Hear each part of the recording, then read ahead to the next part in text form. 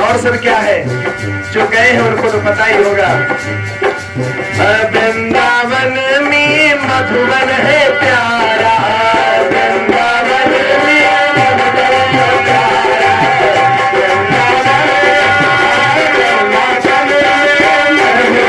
प्यारा, वृंदावन में निधिवन है प्यारा, वृंदावन निधिवन है प्यारा, वहाँ मधुबन है प्यारा, निधिवन है अमर कराने को जी चाहता है।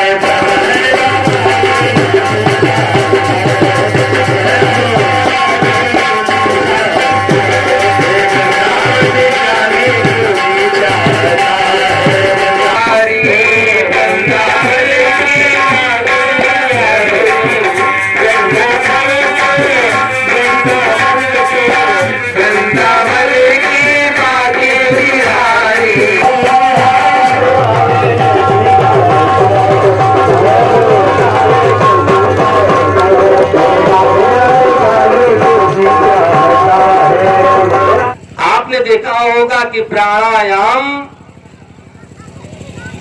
और तरह तरह के नियमों से पालन करने वाले तमाम ऋषि मुनि हजारों हजार वर्ष तक जीवित रहे। हम लोग विचार करें, अगर कोई मांसाहारी है तो इस बीच पे विचार करें कि मैं भगवान विष्णु को, भगवान शिव को जैसा खाई हो वैसा आपका मिली भाई, तब आप वैसी सोच होगी, अब आने वाला पीढ़ी जो है आपका दूषित होगा। आइए अब जो है बस थोड़ा सा हमने कहा कि हमारी रुचि है इसमें। कथा कहते हैं भगवान राम बैठे हुए हैं कहा,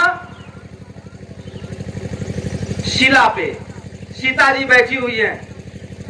भगवान राम की इच्छा जागृत हो गई कि आज सीता को पुष्पों के हार बना करके सुंदरता से मैं उनको सजाऊंगा, ऐसा विचार किया। और एक बार चुन कुसुम सुहाए, सुंदर सुंदर फूल खिले हुए फूलों को भगवान राम चुन कुसुम सुहाए और निज कर भूषण बसन बनाए। सुंदर पुष्पों से हार बनाया भगवान राम ने।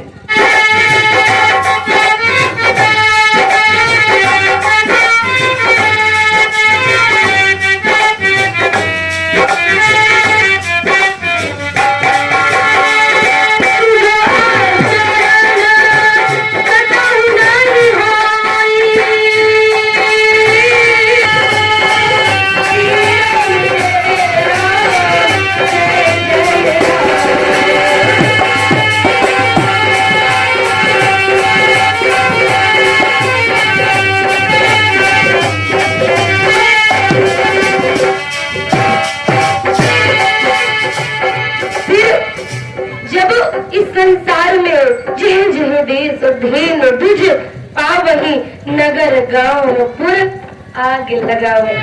यहाँ पे बड़ा सुंदर संकेत है, क्योंकि नाना सुदर्शन कराता है जह जह देश धेन दुज पावही। ये दो ही है जो धरती को समृद्ध बनाकर रखती है, और इन्हीं को रावण कहता है समाप्त कर दो, फिर तो असुर राज आ जाएगा। धर्म केवल दो से चल रहा है ना, धेनु और दुज, इसीलिए रावण कहता है दो को मिटा दो। और आज भी यही हो रहा है हमारे समाज में, हो रहा है कि नहीं? हो रहा है। धर्म की ध्वजा को धारण करने वाले हमारे ब्राह्मण देवता और इस धरती को धारण करने वाली हमारी गौ माता, कलिकाल में दोनों का पतन हो रहा है।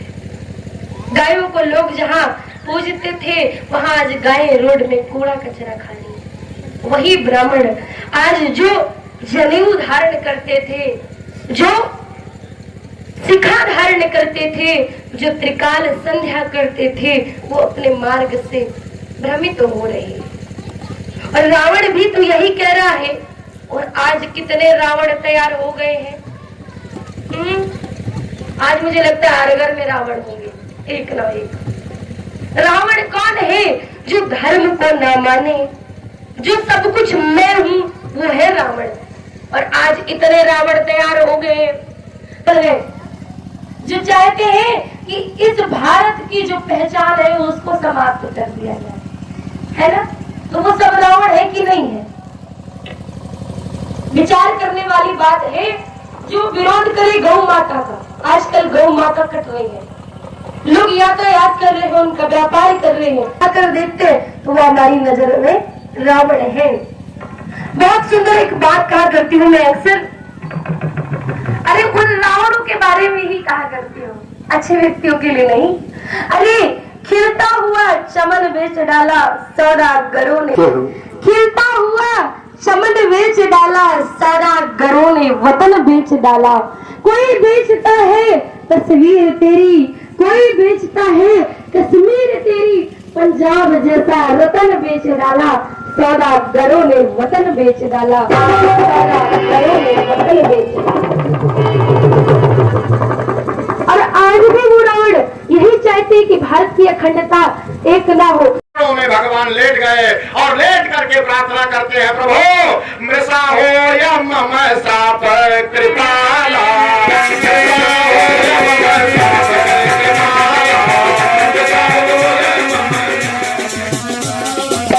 मृषा हो या मम साप कृपाला, मम इच्छा का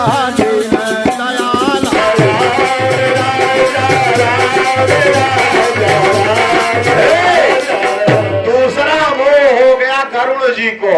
गरुण महाज्ञानी गुण राशि, बड़े ज्ञानी है गरुण जी, उनको भी मोह हो गया। तीसरा मोह हुआ काकभूषुंड को, और चौथा मोह हुआ किसको? वशिष्ठ जी को। 4 मोह हो गए। 5वां मोह जनक जी को। 5 लोगों को मोह हुआ। गरुड़ जी को कैसे मोह हुआ? 2 लाइन में सुनिए, बहुत ध्यान से, बहुत बढ़िया कथा। गरुड़ जी जिस समय राम जी लड़ाई युद्ध के मैदान में थे, रावण से युद्ध हो रहा था, तो मेघनाद में नागपाश में भगवान को बांध दिया। और जब बंध गए तो अब सोच रहे हैं छूटे कैसे, तो भगवान लीला कर रहे थे। तो गरुड़ को महात्म देने के लिए, ऐश्वर्य देने के लिए नारद जी गए गरुड़ जी के पास और जाकर के उनसे कहा, सुनो। कहा क्या? कहा भगवान नारायण लीला करने के लिए पृथ्वी पर पधारे हैं, इसको तेज करो, तुम्हारी बैटरी डाउन हो रही है, या तो हम ही डाउन हो रहे हैं, है ना? आपस में समझ।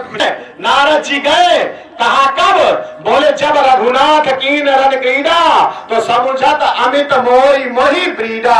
नारद जी गए, गरुड़ जी को बताया, तो बंदर काटने के लिए गरुड़ जी गए, नागपाश काट कर। गरुड़ जी सोते हुए चले जा रहे हैं। अब उनको बुखार चढ़ने लगा। 100 डिग्री, 101 डिग्री, 102 डिग्री, 103 डिग्री, 4, 5, 4, 7, बहुत तगड़ा बुखार चढ़ा। नारद जी के पास पहुंचे। नारद जी ने पूछा क्या है? बोले बुखार चढ़ा है। कैसा? कहा मुझे बताओ। बंधन काटी गयो उरगादा, बंधन काटी हृदय प्रचंड। जब बंधन काट करके लौटे तो हृदय में प्रचंड विषाद उत्पन्न हो गया। नारद जी से पूछा, तुमने बताया था वो नारायण है, तो फिर बंधन में कैसे बंध गए? नारद जी कहे, भैया एक बार हम भी उन्हीं की माया में फंसे थे, बड़े मुश्किलें हम बचे, तो मोह का व्याप्त हो रही है। कहा गरुड़ जी? अरे बोले हमको नहीं व्याप्त है। कहे हमारे पास एक दवाई नहीं जो तुमका बुखार चढ़ा है। तो कहाँ है? बोले ब्रह्मा जी के पास जाओ। कहा कैसे? बोले नारद जी ने भेजा गरुड़ जी को।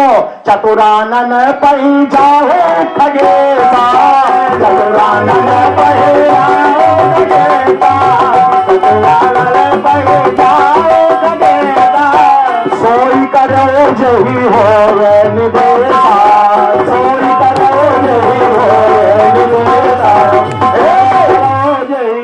ब्रह्मा जी के पास चले जाओ और जैसा वो बताए वैसे ही करना।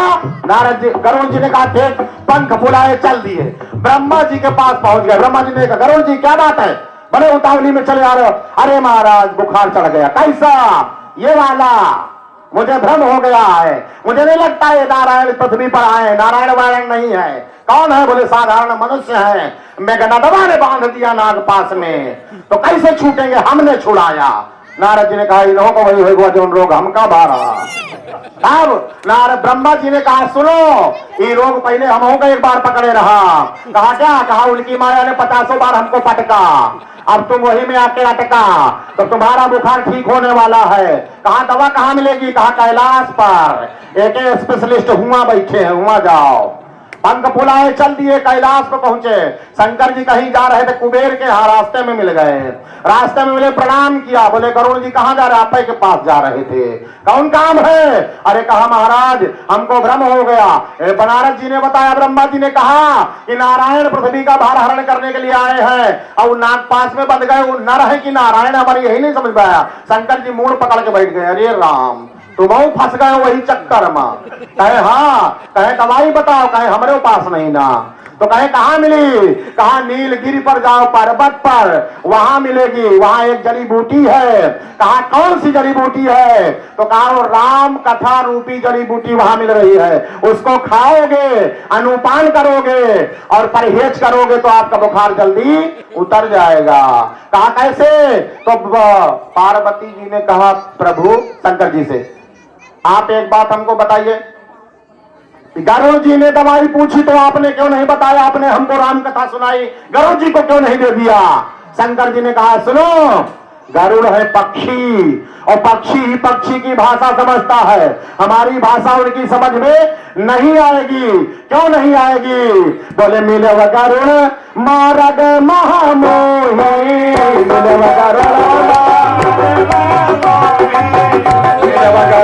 मारग महामोही, कवन भांति समुझावत तोहि, कवन भांति समुझावत तोहि, कवन भांति समझा।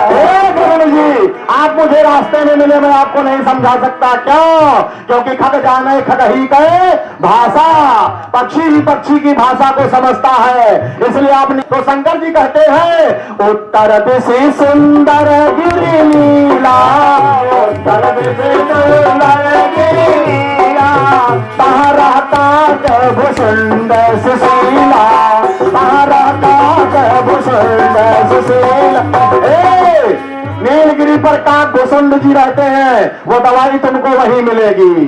पंख फुला के बाद फिर चल दिए गरुड़ जी उड़ते हुए, नीलगिरी के पास पहुंच गए। अब जब वहां पहुंचे तो अब उनको दवाई खिलाई जाएगी रात में। जिसको दवा लेना हो रात में आएगा। क्यों? सर्जन वहीं मिलेगा, दवाई देने वाला। दवा खाना है, अनुपान करना है, आनंद लेना है तो रात्रि बेला में सुनना है इसको। अब दवाई बंद, डिस्पेंसरी 5 बज गया ना, बंद। 2 बार बड़ी श्रद्धा से भगवान का नाम लेंगे, फिर आरती होगी, प्रसाद लेकर के घर जाना है। खड़े हो जाएंगे सभी लोग और बड़ी श्रद्धा से भगवान का नाम लेंगे। सभी लोग बोलेंगे